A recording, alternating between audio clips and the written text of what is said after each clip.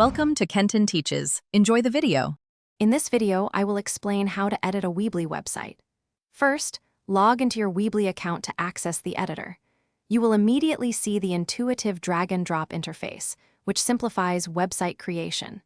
Take a moment to familiarize yourself with the main navigation menu located at the top.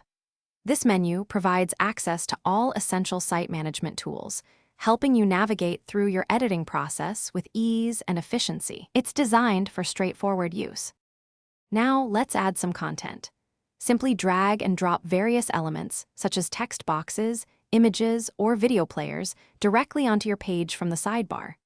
Once an element is placed, click on it to reveal a pop-up menu with customization options. Here, you can adjust colors, fonts, and sizes.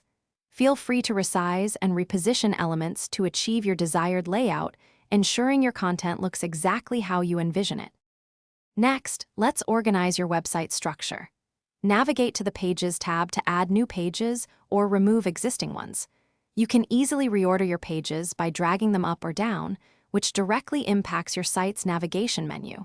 For a more organized layout, create subpages by dragging one page slightly to the right beneath another.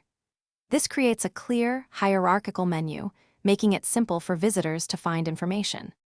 Finally, it's time to make your hard work visible to the world. Click the Publish button in the top right corner to instantly push all your changes live. Before publishing, consider exploring the SEO settings to optimize your site for search engines, potentially increasing your visibility. For even more features, browse the App Center to integrate third-party applications, adding powerful new functionalities to your Weebly website. Happy building! Thanks for watching. Please subscribe if this video was helpful.